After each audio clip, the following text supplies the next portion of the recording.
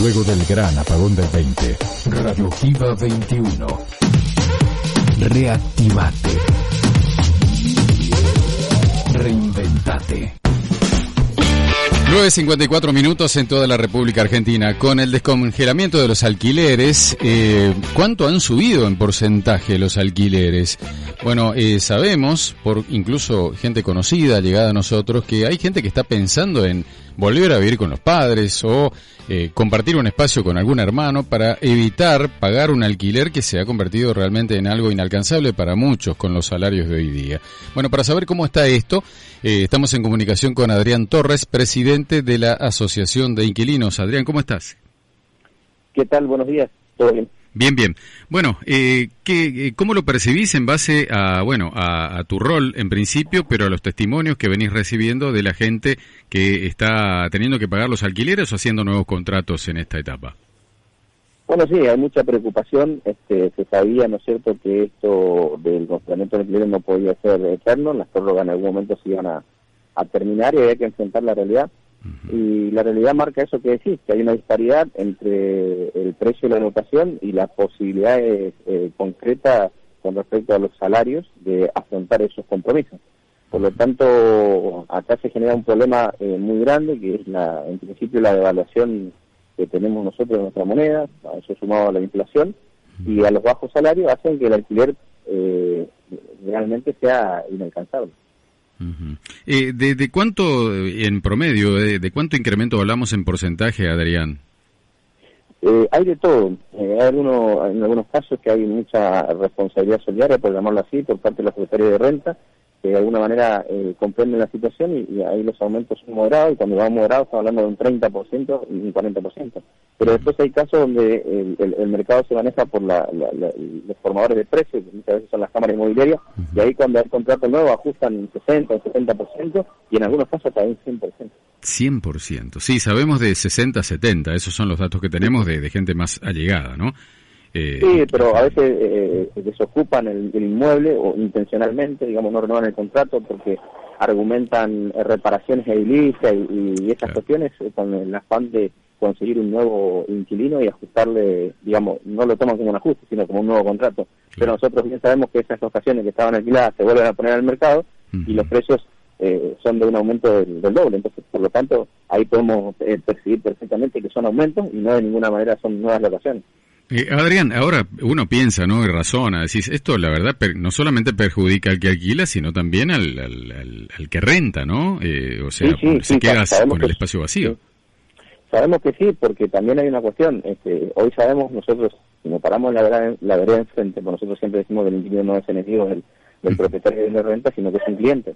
Claro. ¿Cierto? Y este es el único negocio que se da el lujo de siempre desmerecer a su cliente o de ajustar en forma leonina con contrataciones que son desequilibradas a sus clientes. Este es el único mercado que maltrata a su cliente.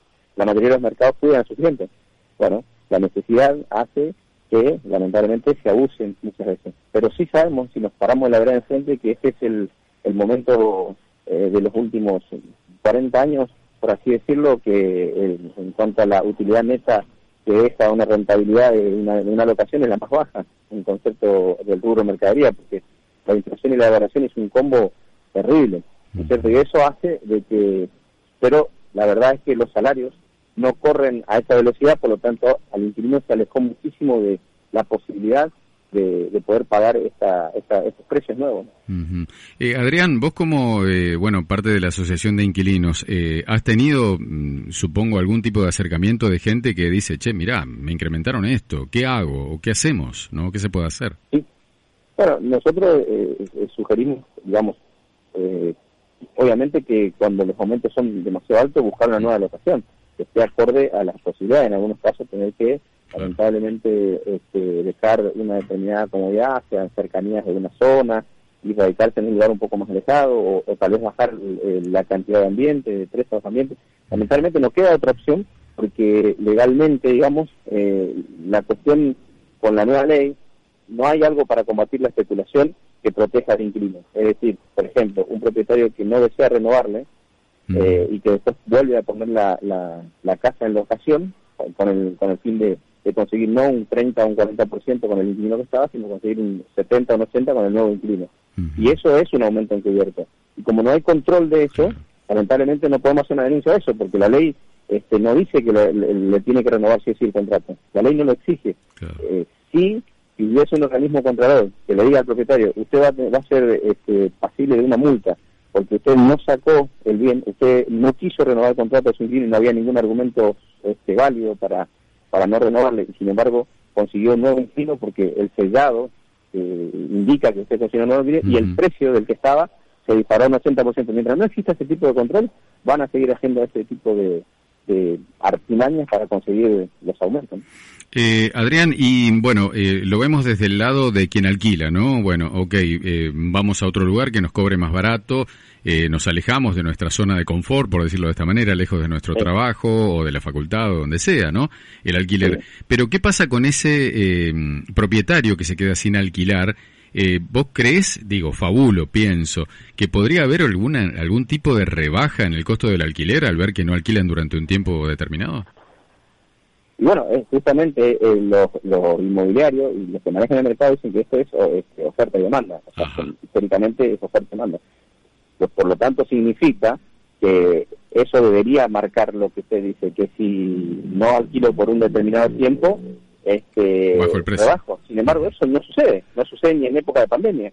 La verdad que no sucede. Evidentemente la demanda siempre existe de una u otra manera, y evidentemente quienes se dedican al mercado inmobiliario no tienen la necesidad imperiosa de alquilar, porque nosotros vemos locales vacíos de hace mucho tiempo, por ejemplo, si hablamos de locales comerciales, de hace mucho tiempo que están vacíos, y evidentemente si usted se dedica a ese negocio va a preferir tenerlo ocupado, pero si se da el lujo de tenerlo vacío por muchísimo tiempo, es porque realmente no tiene la necesidad de alquilarlo. Y lo mismo pasa con muchas casas y departamentos. Hay gente que tiene complejos de 10, 12, 15 departamentitos para estudiantes y tiene alquilado a la mitad. Evidentemente le da el número, porque si decide no alquilarlo a un precio más bajo es porque el número le cierra igual.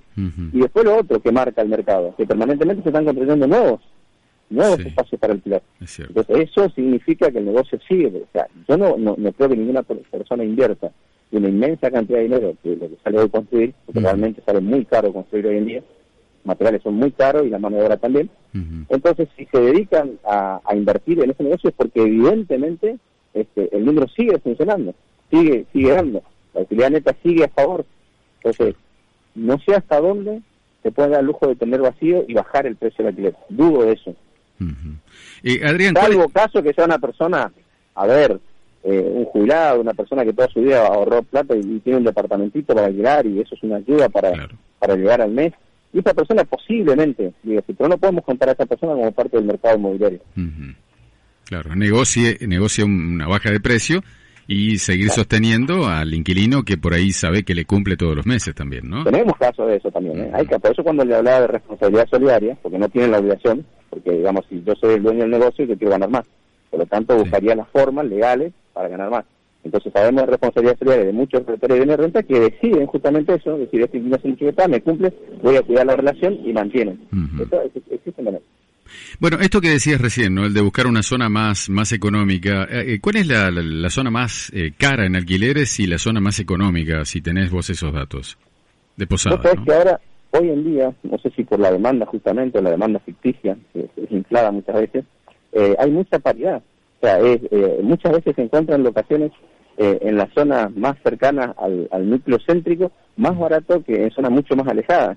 Eso estamos observando, esa conducta venimos observando hace tiempo, que ya no hay una diferencia abismal entre, no sé, marcarte la zona de Itamení con la zona acá cercana a la terminal o al centro de la ciudad, Villa Cabello, mitad de camino entre centro y Villa Cabello. No hay tanta disparidad de precios. Eso significa que evidentemente ya la gente tiene necesidad de alquilar, ya hay busca, y la demanda está permanentemente golpeando las puertas, no sé si por cambio de locación o por busca de precios, que hace que la gente no baje el precio y que haya mucha paridad entre un lugar y otro. Hay lugares, como le digo, cuanto más alejado, es un poco más barato, pero no un número que diga, no sé si con el transporte y si tiene vehículo, con el movimiento del vehículo, no termina cerrando los números un poco más cerca del centro, que si se tiene que desplazar todos los días, sea por colegio de los chicos, sea por trabajo, no sé si termina siendo negocio vivir tan lejos. Claro. Pero además también puede suceder esto que decías vos, ¿no? ¿Qué pasa si toda la demanda de golpe va a ese lugar?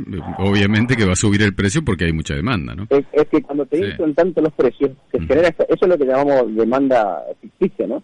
Que no es la demanda real. Todo el mundo está viviendo en algún lugar, pero al aumentarte disparadamente los precios, todo el mundo sale a buscar locación. Y en eso da la sensación de que todo el mundo necesita, pero realmente no es tan así. O sea, necesitan cambiarse o necesitan buscar un precio mejor, más acorde a la realidad. Claro. Y eso es lo que llamamos demanda ficticia, ¿no? Y si yo tengo 20 llamados por alquiler, pero la posibilidad real de alquiler es de 1, evidentemente la demanda no es tan alta. Claro. Pero la cantidad de llamados hace pensar de que realmente es mucha la demanda, y por eso inflan los precios.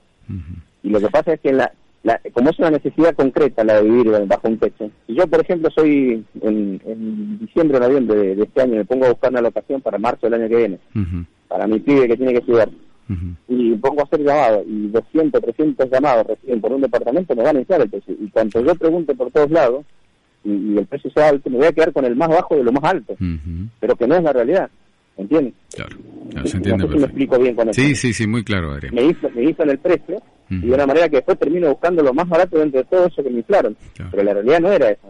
Pasa eso. Qué bárbaro. Bien, Adrián. Bueno, muchísimas gracias por la información, muy amable. Gracias. Adrián Torres, de la Asociación de Inquilinos de la Provincia de Misiones, y esta dura realidad, ¿no?